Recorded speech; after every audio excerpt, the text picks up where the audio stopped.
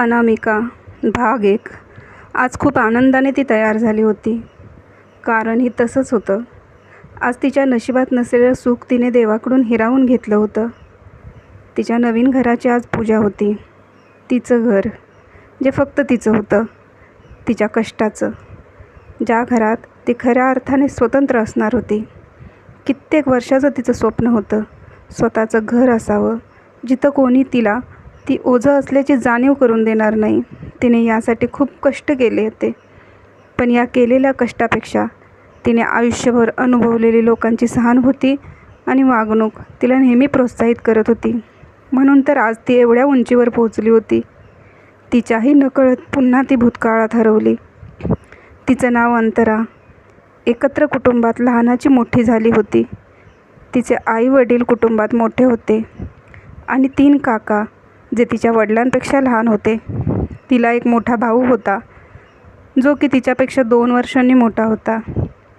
तिचे वडील अंध होते. जन्मापासून ते अंध नव्हते, पण ते एका पेट्रोकेमिकल कंपनीत कामाला होते. तिथे ॲसिडचे ड्रम खोलताना ॲसिडच्या वाफा त्यांच्या डोळ्यात गेल्या आणि ते कायमचे दोन्ही डोळ्यांनी अंध झाले.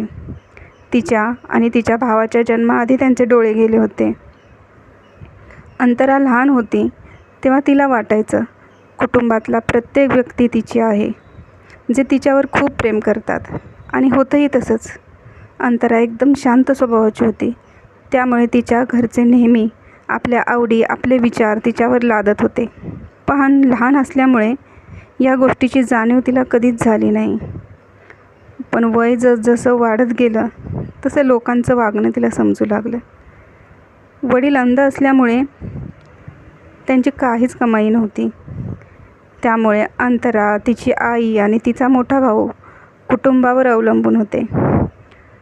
पण वडील बसून असले तरी तिची आई घरातील प्रत्येक काम करायची, ज्यामुळे घरात तिच्या मुलांना आणि नवऱ्याला कोणाचं ऐकून घ्यावं लागणार नाही. आई अशिक्षित होती, त्यामुळे वडिलांचे डोळ्यात गेल्यावर त्यांना मिळालेला फंड आईला माहितीच नव्हता. आणि नवीन लग्न झाल्यामुळे ती विचारू शकत नव्हती.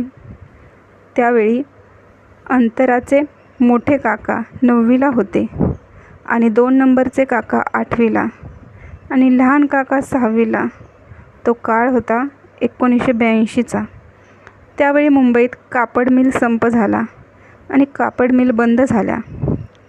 तेव्हापासून अंतराचे आजोबा, जे मिल कामगार होते, ते गावी आले आणि शेती करू लागले. पण एवढं मोठं कुटुंब फक्त शेतीवर चालवणं खूप कठीण होतं, कारण घरातले दोन्ही कर्ते पुरुष घरी होते. अंतराचे वडील खूप आज्ञाधारक होते, त्यामुळे त्याने अंतराच्या आईला फंडबद्दल माहिती सांगितली नाही. आजोबांना जेव्हा पैशाची गरज लागायची तेव्हा ते वडिलांना माडीवर बोलवायचे आणि अंगठा घ्यायचे. अंतराच्या आईला एक मूल झालं तरी फंडबद्दल माहीत नव्हतं आणि जेव्हा माहिती झालं तेव्हा पैसे संपले होते. अंतराच्या वडिलांकडे काहीच उरलं नव्हतं. या एका कारणामुळे कदाचित एकत्र कुटुंबात अंतराच्या कुटुंबाचं पोट भरलं जात होतं आणि तरीही अंतराची आई त्या कुटुंबात मोलकरणीसारखे काम करत. लहान असताना अंतराला यातलं काहीच समजत नव्हतं, ना काही माहीत होतं. अंतराला समजायला लागले तेव्हा तिचे मोठे काका एका कंपनीत कामाला लागले होते. 2 नंबरचे काका गावी राहत होते. त्यांनी किराणा मालाचे दुकान टाकले. लहान काका बेस्टमध्ये ड्रायव्हर म्हणून कामाला लागले होते. सगळे आपल्या आयुष्यात सेटल झाले होते, फक्त अंतराचे आईवडील सोडून.